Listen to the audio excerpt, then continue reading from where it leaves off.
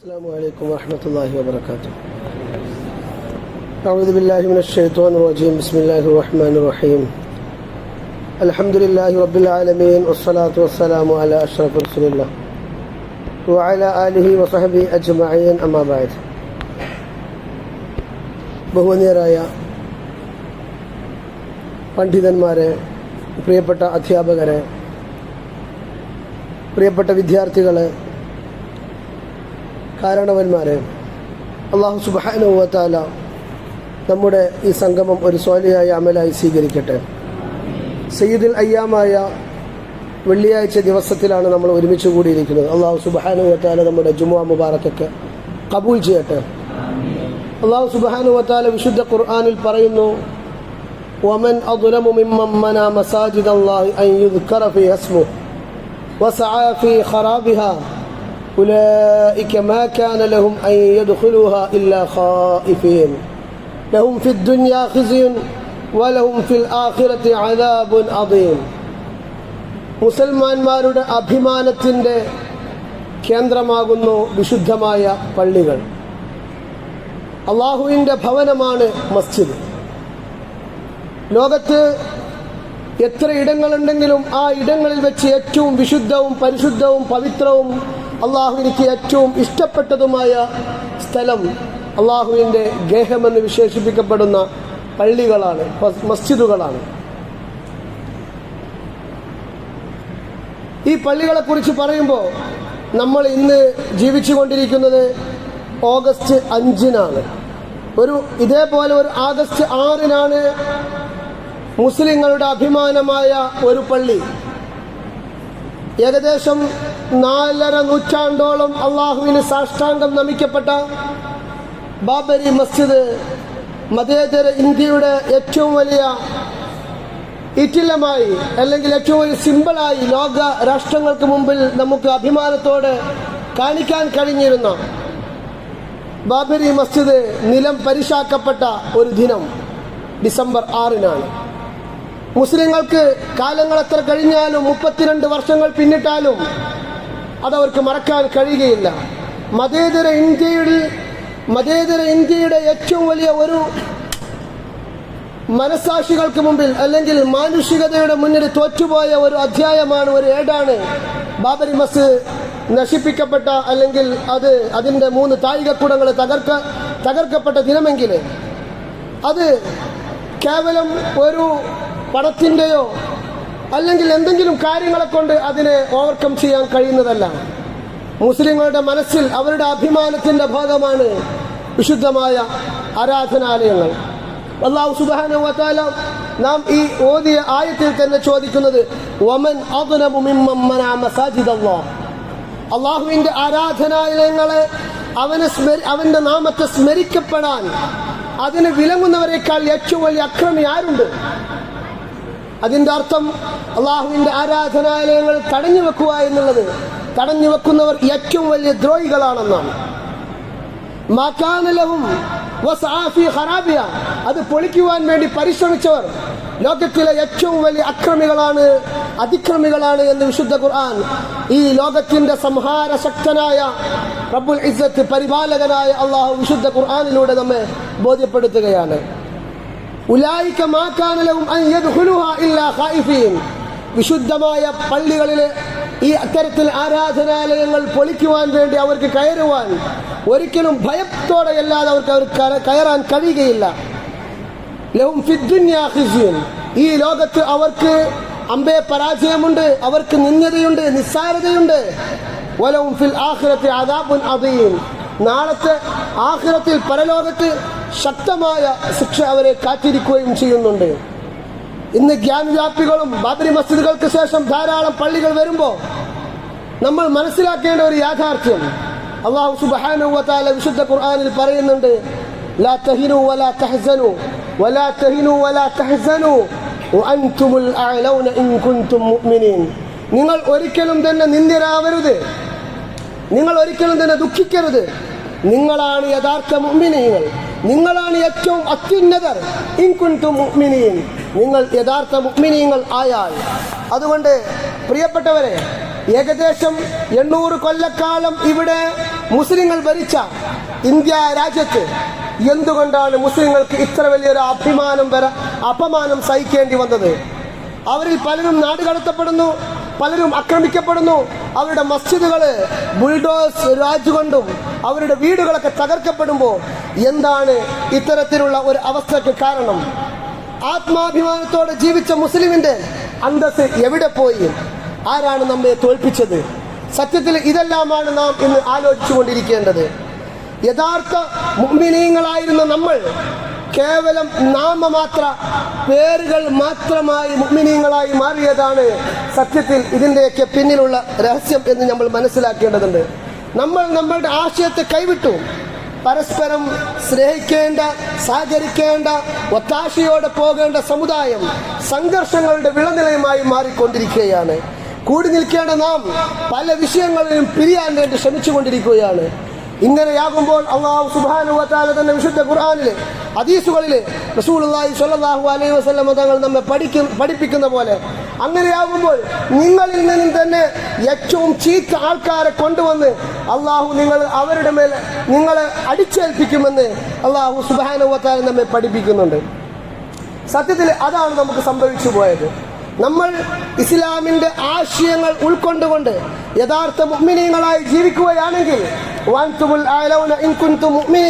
അല്ലാഹു സുബ്ഹാനഹു വ തആല വിശുദ്ധ ഖുർആനിൽ നമ്മളെ പഠിപ്പിക്കുന്നത് നമ്മൾ തന്നെയാണ് ലോകത്തിലെ ഏറ്റവും ഉന്നതരെന്ന്. ഈ ഹദീസിന്റെ വ്യാഖ്യാനത്തിൽ ബഹുമാനപ്പെട്ട റാസി തങ്ങൾ പറയുന്നത്, ശത്രുക്കൾ എത്ര ശക്തരാണെങ്കിലും മുഅ്മിനീങ്ങൾക്ക് ഈമാൻ ഉണ്ടെങ്കിൽ അവർ തന്നെയാണ് വിജയിക്കുക. അവരെ ഒരാളും ഭരിക്കാൻ വരില്ല, അവരെ ഒരാൾക്കും ഭരിക്കാൻ കഴിയുകയില്ല. അപ്പോൾ ഇതിന്റെ അർത്ഥം എന്താണ്? ഇന്ന് നമ്മൾ ഭരിക്കപ്പെടാനുള്ള കാരണം എന്താണ്? ഇന്ന് നമ്മൾ ആക്രമിക്കപ്പെടാനുള്ള കാരണം എന്താണ്? നമ്മളുടെ അന്തസ്സത്തായി ഉണ്ടായിരിക്കേണ്ട ഈമാൻ നമ്മിൽ നിന്നും മാറി നിന്നു എന്നുള്ളതാണ്. അതുപോലെ തന്നെ അല്ലാഹു വിശുദ്ധ ഖുർആനിൽ പറയുന്നുണ്ട്, ഏറ്റവും അഭിമാനമുള്ളവർ വലില്ലാഹിൽ ഇസ്സത്തു വലിറസൂലിഹി വലിൽ മുഅ്മിനീൻ. അഭിമാനം അത് മുഅ്മിനീങ്ങൾക്കുള്ളതാണ്. നാം അന്തസ്സുള്ളവരാണ്, നാം അഭിമാനമുള്ളവരാണ്, നാം ആത്മാഭിമാനത്തോടുകൂടെ തല നിവർത്തി നിൽക്കേണ്ടവരാണ്. വിശുദ്ധ ഖുർആനിൽ അല്ലാഹു സുബ്ഹാനഹു വ തആല നമ്മെ പഠിപ്പിച്ചതു വലില്ലാഹിൽ ഇസ്സത്തു വലിറസൂലിഹി വലിൽ മുഅ്മിനീൻ വലാകിന്നൽ മുനാഫിഖീന ലാ യഅലമൂൻ. യഥാർത്ഥ അഭിമാനം അത് അല്ലാഹുവിനാണ്, അവന്റെ റസൂലിനാണ്, സർവ്വ മുഅ്മിനീങ്ങൾക്കുമാണ്. അവരാണ് ആത്മാഭിമാനത്തോടുകൂടെ എണീറ്റ് നിൽക്കുന്നവർ. മറ്റുള്ളവർ യുദ്ധം കൊടുമ്പിരിക്കൊള്ളുമ്പോൾ അവർ പിറകോട്ട് ഓടിപ്പോകുന്നവരാണ്, അവരൊക്കെ മരണത്തെ ഭയക്കുന്നവരാണ്. എന്നാൽ യഥാർത്ഥ മുഅ്മിന് ഷഹാദത്തിനെ ഇഷ്ടപ്പെടുകയും നാളെ സ്വർഗലോകത്ത് പാറിക്കളിക്കുന്ന കിളികളാണ് അവരുടെ ആത്മാക്കളെന്ന് വിശ്വസിക്കുന്നവരുമാണ്. അതുകൊണ്ട് പ്രിയപ്പെട്ടവരെ, നമ്മളുടെ ഈമാൻ ഉയർത്തെഴുന്നേൽപ്പിക്കുവാനുള്ള ശ്രമം നമ്മൾ നടത്തേണ്ടതുണ്ട്. നമ്മൾ ഒരിക്കലും ഭയക്കാൻ പാടില്ല. വിജയം നമ്മളെ തേടി വരും. യഥാർത്ഥ മുഅ്മിനീങ്ങൾക്ക് വിജയം തേടി വരും എന്നുള്ള ഒരു ചരിത്രം ഞാൻ നിങ്ങളെ ഓർമ്മപ്പെടുത്തുകയാണ്. ബഹുമാനപ്പെട്ട സ്വഹാബാക്കിറാം മക്കയിൽ അതിക്രൂരമായി ആക്രമിക്കപ്പെടുന്ന സമയത്ത് ബഹുമാനപ്പെട്ട ഖബ്ബാബ് ഇബ്നുൽ അറത്ത് റളിയല്ലാഹു അൻഹു റസൂലുള്ളാഹി സ്വല്ലല്ലാഹു അലൈഹി വസല്ലം തങ്ങളോട് വന്ന് പരാതി ബോധിപ്പിക്കുന്നുണ്ട്. റസൂലുള്ളാഹി സ്വല്ലല്ലാഹു അലൈഹി വസല്ലം ക്ഷീണിതനായി കഅബാലയത്തിന്റെ തണലിൽ തലചായ്ച്ച് കിടക്കുന്നിടത്ത്, തങ്ങളെ നമ്മൾ സത്യത്തിന്റെ പേരിലല്ലേ, എന്നിട്ട് എന്താണ് നമ്മൾ ഇങ്ങനെ ആക്രമിക്കപ്പെടുന്നത്, നമ്മൾ എന്താണ് ഇങ്ങനെ ക്രൂശിക്കപ്പെടുന്നത്, നമ്മൾ എന്താണ് ഇങ്ങനെ ക്രൂരമായ മർദ്ദനങ്ങൾക്കിരയാവുന്നത് എന്ന് ചോദിച്ചപ്പോൾ റസൂലുള്ളാഹി സ്വല്ലല്ലാഹു അലൈഹി വസല്ലം തങ്ങൾ പറയുന്ന ഒരു വചനമുണ്ട്. പ്രിയപ്പെട്ടവരെ, നിങ്ങളുടെ മുന്നിൽ കഴിഞ്ഞ സമൂഹത്തിൽ അവരൊക്കെ ഒരു കുഴിയിൽ നിർത്തിക്കൊണ്ട് അതിൽ കുഴിച്ചിട്ടുകൊണ്ട് ഈർച്ചവാള് കൊണ്ട് തല പാതി 2 ഭാഗങ്ങളായി മുറിച്ചപ്പെടും. അവർ ലാ ഇലാഹ ഇല്ലല്ലാഹ് എന്ന് പറഞ്ഞവരാണ്. അവരെ തിളച്ചു മറിയുന്ന എണ്ണയിലേക്ക് ഇട്ടപ്പോഴും അവർ ലാ ഇലാഹ ഇല്ലല്ലാഹ് എന്ന് പറഞ്ഞവരാണ്. എന്നാൽ നിങ്ങൾ ഭയപ്പെടേണ്ട. വല്ലാഹി ലാ യുതിമ്മന്ന ഹാദൽ അംറ ഹത്താ യസീറ അർ-റാകിബു മിൻ സുൻആ ഇലാ ഹദർമൗത് ലാ യഖാഫു ഇല്ലല്ലാഹ് അദ് الذئب على غنمهم ولكنكم تستعجلون. പ്രിയപ്പെട്ടവരെ, നിങ്ങൾ സുൻആയിൽ നിന്നും ഹദർമൗത്ത് എന്ന വിശാലമായ ഒരു സാമ്രാജ്യത്തിലേക്ക് യാത്ര പോകും. ആ സമയത്ത് അള്ളാഹുവിനെ അല്ലാതെ ഒരാളെയും നിങ്ങൾക്ക് ഭയപ്പെടേണ്ടി വരികയില്ല. അതുപോലെ തന്നെ തൻ്റെ ആട്ടിൻ കുഞ്ഞുങ്ങളെ ചെന്നായെ ഭയപ്പെടുക എന്നല്ലാതെ മറ്റൊന്നിനെയും. അത്രയും പ്രവിശാലമായ സാമ്രാജ്യം നിങ്ങളുടെ കീഴിൽ വരും, പക്ഷേ നിങ്ങൾ ധൃതി കാണിക്കുകയാണ് എന്ന് ഹബീബ് സല്ലല്ലാഹു അലൈഹി വസല്ലമ പറഞ്ഞത് ഇവിടെ ലോകത്ത് പുലർന്നു കഴിഞ്ഞുപോയി. ബഹുമാനപ്പെട്ട ഉമർ ബിൻ അബ്ദുൽ അസീസിന്റെ കാലഘട്ടത്തിൽ എത്ര വിശാലമായ ലോകമാണ് മുസ്ലിങ്ങൾ കീഴടക്കിയത്. അപ്പോ അവരൊക്കെ അന്ന് ഈമാനുള്ളവരായപ്പോ നമ്മളെ ഇന്ത്യയിലെ സിന്ധിൽ വന്നുകൊണ്ട് മുഹമ്മദ് കാസിം അവരോട് ഇവിടുത്തെ അമുസ്ലിങ്ങളായ സഹോദരന്മാര് അദ്ദേഹത്തെ രാജാവ് തിരിച്ചു വിളിച്ചപ്പോൾ അബൂ കാസിമെ പോകല്ലേ പോവല്ലേ എന്ന് പറഞ്ഞ ചരിത്രം നിങ്ങളൊക്കെ പഠിച്ചിട്ടുണ്ടാകും, നിങ്ങളൊക്കെ വായിച്ചിട്ടുണ്ടാകും. അപ്പോൾ ഇത്രയും വിശാലമായ സാമ്രാജ്യത്വത്തിലേക്ക് ഇസ്ലാം വിശാലമായത് അവരുടെ ഈമാൻ കൊണ്ടാണ്. നമ്മൾ എന്ന് ഈമാൻ ഉള്ളിലുണ്ടോ അന്ന് ആത്മാഭിമാനത്തോടെ നമുക്ക് യശസ്സുയർത്തിക്കൊണ്ട് തല ഉയർത്തിക്കൊണ്ട് നടക്കാൻ കഴിയും. നമ്മൾ അന്തസ്സുള്ളവരാണ്, ധീരമായി തന്നെ നമ്മൾ നേരിടണം. ഹബീബ് സല്ലല്ലാഹു അലൈഹി വസല്ലമ തങ്ങളുടെ ചരിത്രങ്ങളൊക്കെ നമ്മളെ അങ്ങനെയാണ് പഠിപ്പിക്കുന്നത്. അതുപോലെ തന്നെ ഹബീബ് സല്ലല്ലാഹു അലൈഹി വസല്ലമ തങ്ങളെ കൈകാര്യം ചെയ്യുവാൻ വേണ്ടി തൻ്റെ പിതാമഹനായ അബ്ദുൽ മുത്തലിബിന്റെ അടുക്കല് ഖുറൈശികൾ വന്ന് സംസാരിക്കുന്ന ഒരു സമയമുണ്ട്. ബഹുമാനപ്പെട്ട അബൂ ത്വാലിബിന്റെ ആദരത്തിൽ വന്നുകൊണ്ട്, തന്റെ പിതൃവ്യനായ അബൂ ത്വാലിബിന്റെ അരികിൽ വന്നുകൊണ്ട് ഖുറൈശികൾ ഞങ്ങളുടെ ദൈവങ്ങളെയൊക്കെ തെറിവിളിക്കുന്ന, ഞങ്ങൾക്ക് കുടുംബക്കടയിൽ വിഘടനങ്ങൾ നടത്തിയ നിന്റെ സഹോദരപുത്രനെ ഞങ്ങൾക്ക് കൈയേൽപ്പിച്ചു തരുക, അല്ലെങ്കിൽ ഈ പണി നിർത്തുക എന്ന് അവർ പറഞ്ഞപ്പോ ഹബീബ് സല്ലല്ലാഹു അലൈഹി വസല്ലമ തങ്ങളെ വിളിച്ചുകൊണ്ട് അബൂ ത്വാലിബ് രണ്ട് വാക്ക് പറയുന്നുണ്ട്. മോനെ, ഈ പണി നിർത്തിക്കൂടെ എന്ന് ചോദിച്ചപ്പോ ബഹുമാനപ്പെട്ട റസൂലുള്ളാഹി സ്വല്ലല്ലാഹു അലൈഹി വസല്ലമ അബൂ ത്വാലിബിനെ വിചാരിച്ചു, പടച്ചവനെ, അബൂ ത്വാലിബ് എന്റെ പിതൃവ്യൻ എന്നെ കൈവിട്ടോ? ആ സമയത്ത് ഹബീബ് സല്ലല്ലാഹു അലൈഹി വസല്ലമ തങ്ങൾ പറഞ്ഞ ഒരു വാക്കുണ്ട്. അതാണ് യഥാർത്ഥ മുഅ്മിനീങ്ങളുടെ മനസ്സിന്റെ ഉള്ളിൽ നമ്മൾ ചാർത്തി വെക്കേണ്ടത്. യാ അമ്മി വല്ലാഹി ലൗ വളഅ الشمس في يميني والقمر في يساري അലാ അൻ അത്രുക ഹാദൽ അംറ ഹത്താ യുദ്ഹിറഹു അല്ലാഹു ഔ അഹ്ലിക ഫീഹി മാ തറക്തുഹു. എന്റെ പ്രിയപ്പെട്ട പിതൃവ്യ, എന്റെ പ്രിയപ്പെട്ട എളാപ്പ, എന്റെ വലത് കൈയിൽ സൂര്യനും ഇടത് കൈയിൽ ചന്ദ്രനും വെച്ച് തന്നാൽ പോലും ഈ ദൗത്യം അള്ളാഹു എന്നെ ഏൽപ്പിച്ച ലാ ഇലാഹ ഇല്ലല്ലാഹു മുഹമ്മദ് റസൂലുള്ളാഹ് എന്ന വിശുദ്ധ ഖുർആനിന്റെ, ഈ വിശുദ്ധ ദീനുൽ ഇസ്ലാമിന്റെ ഈ സംരംഭം, ഈ ദൗത്യം ഇവിടെ പൂർത്തിയാക്കാതെ ഞാൻ നിർത്തുകയില്ല. ഒന്നുകിൽ ഞാൻ ഇത് പൂർത്തിയാക്കും, അല്ലെങ്കിൽ ഞാൻ അതിന്റെ മുന്നേ മരിച്ചു പോകും എന്നല്ലാതെ ഇതിൽ നിന്ന് പിന്നോട്ട് പോകുന്നതല്ല എന്ന് പറഞ്ഞപ്പോ അബൂ ത്വാലിബ് റസൂലുള്ളാഹി സ്വല്ലല്ലാഹു അലൈഹി വസല്ലമ തങ്ങളെ വിളിച്ചുകൊണ്ട് പറയുന്നുണ്ട്. എന്താണ് പറയുന്നത്? ഫവല്ലാഹി ലാ ഉസ്ലിമുക ലിശൈഇൻ അബദാ. നബി സല്ലല്ലാഹു അലൈഹി വസല്ലമ ഈ വാക്ക് പറഞ്ഞുകൊണ്ട് കണ്ണീരോടുകൂടെ തിരിഞ്ഞു നടക്കുന്ന സമയത്ത് പൊന്നുമോനെ തിരിച്ചു വിളിച്ചുകൊണ്ട് പറയുകയാണ്, മോനെ, നീ സത്യത്തിലാണ്, നീ നിന്റെ ഏതാണോ കാര്യം, ഇഖ്ബിൽ യാ ഇബ്ന അഖി. ഫഅഖ്ബല അലൈഹി റസൂലുള്ളാഹി സ്വല്ലല്ലാഹു അലൈഹി വസല്ലം ഫഖാൽ ഇദ്ഹബ് യാ ഇബ്ന അഖി ഫഖുൽ മാ അഹബബ്ത. മോനെ, എങ്ങുവാ, നീ എന്താണോ പറഞ്ഞുകൊണ്ടിരുന്നത് അത് തന്നെ പറഞ്ഞു പോ. നീ ദീനുൽ ഇസ്ലാമിനെ തന്നെ പ്രബോധനം ചെയ്യൂ. ഫവല്ലാഹി ലാ ഉസ്ലിമുക ലിശൈഇൻ അബദാ. ഒരൊറ്റ വസ്തുവിനും ഒരൊറ്റ കുട്ടിക്കും നിന്റെ രോമം തൊടാൻ ഞാൻ അനുവദിക്കുന്നതല്ല എന്ന് ഖുറൈശികളുടെ നേതാവായ ഹബീബ് തങ്ങളുടെ പിതൃവ്യനായ അബൂ ത്വാലിബ് റസൂലുള്ളാഹി സ്വല്ലല്ലാഹു അലൈഹി വസല്ലമ തങ്ങൾക്ക് ഉറപ്പ് നൽകുകയാണ്. അപ്പോൾ റസൂലുള്ളാഹി സ്വല്ലല്ലാഹു അലൈഹി വസല്ലമ തങ്ങൾ ആര് കൈയൊഴിഞ്ഞാലും ലാ ഇലാഹ ഇല്ലല്ലാഹു മുഹമ്മദ് റസൂലുള്ളാഹി എന്ന ദൗത്യത്തിൽ നിന്ന് നമ്മൾ ഒഴിയുകയില്ല എന്ന് നമ്മെ പഠിപ്പിക്കുകയാണ്. നമ്മൾ ആക്രമിക്കപ്പെട്ടേക്കാം, നമ്മൾ മർദ്ദിക്കപ്പെട്ടേക്കാം, നമ്മൾക്കെതിരെ ബുൾഡോസ് രാജ് വന്നേക്കാം, ഇനി ഭരണങ്ങൾ വന്ന് മാറിക്കൊണ്ടിരിക്കുകയാണ്. അപ്പോൾ നമ്മൾ ശ്രദ്ധിക്കേണ്ട കാര്യങ്ങൾ, നമ്മളുടെ തൗഹീദിനെ വിട്ട് കൊടുക്കാൻ തയ്യാറാവരുത്. മരിച്ചാലും ഷഹീദായാലും ലാ ഇലാഹ ഇല്ലല്ലാഹു മുഹമ്മദ് റസൂലുള്ളാഹ് അനന്റിങ് എറ്റേണൽ ലൈഫിന് നമുക്ക് ആവശ്യമായ, എന്നും നിലനിൽക്കുന്ന ജീവിതത്തിലേക്ക് നമുക്ക് ആവശ്യമായ സംഭവം ലാ ഇലാഹ ഇല്ലല്ലാഹു മുഹമ്മദ് റസൂലുള്ളാഹിയാണ്.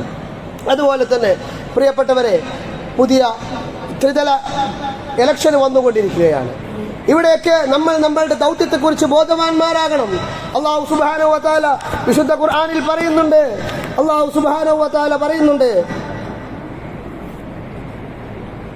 ഇന്നല്ലാഹ യഅ്മുറുകും അൻ തുഅദ്ദുൽ അമാനാതി ഇലാ അഹ്ലിഹാ വഇദാ ഹകംതും ബൈനൽ നാസി അൻ തഹ്കുമു ബിൽ അദ്ൽ ഇന്നല്ലാഹ നിഅമ്മാ യഅദുകും ബി ഇന്നല്ലാഹ കാന സമീഅൻ ബസീറ. നിങ്ങളിൽ ഏൽപ്പിക്കപ്പെട്ട അമാനത്തുകൾ തിരിച്ചു കൊടുക്കുക. നിങ്ങൾ ജനങ്ങൾക്കിടയിൽ വിധിക്കുകയാണെങ്കിൽ നീതിപൂർവമായി വിധിക്കുക. തീർച്ചയായും അല്ലാഹു സുബ്ഹാനഹു വ തആല നിങ്ങളോട് അദ്ൽ കൊണ്ട്, നീതി കൊണ്ട് വിധിക്കുവാൻ കൽപ്പിച്ചിരിക്കുന്നു.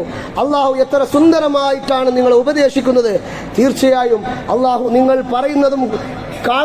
പറയുന്നത് കേൾക്കുന്നവരും നിങ്ങൾ ചെയ്യുന്നത് കാണുന്നവരുമാണ്. അപ്പോ ഇത്തരത്തിലുള്ള സന്ദർഭങ്ങൾ വരുമ്പോൾ മുസ്ലിം സമൂഹത്തിന്റെ, സമുദായത്തിന്റെ, ഉമ്മത്തിന്റെ ഔന്നത്യത്തിനു വേണ്ടിയുള്ള ഇടപെടലുകൾ ചെയ്യല് നമ്മളുടെ റെസ്പോൺസിബിലിറ്റിയാണ്, നമ്മളുടെ അമാനത്താണ്. അത് പ്രിയപ്പെട്ട ഓരോ നമ്മുടെ സഹോദരന്മാരും ശ്രദ്ധിക്കേണ്ടതുണ്ട്. എന്നാൽ അതുപോലെ തന്നെ നമ്മൾ കാൻഡിഡേറ്റ്സ് ആണെങ്കിൽ, നമ്മൾ വിജയിച്ചു കഴിഞ്ഞാൽ നമ്മളുടെ ഭരണീയരോട് നമുക്ക് ഉത്തരവാദിത്തമുണ്ട്. അവർക്കിടയിൽ നീതിപൂർണമായി ഭരിക്കേണ്ടതുണ്ട്.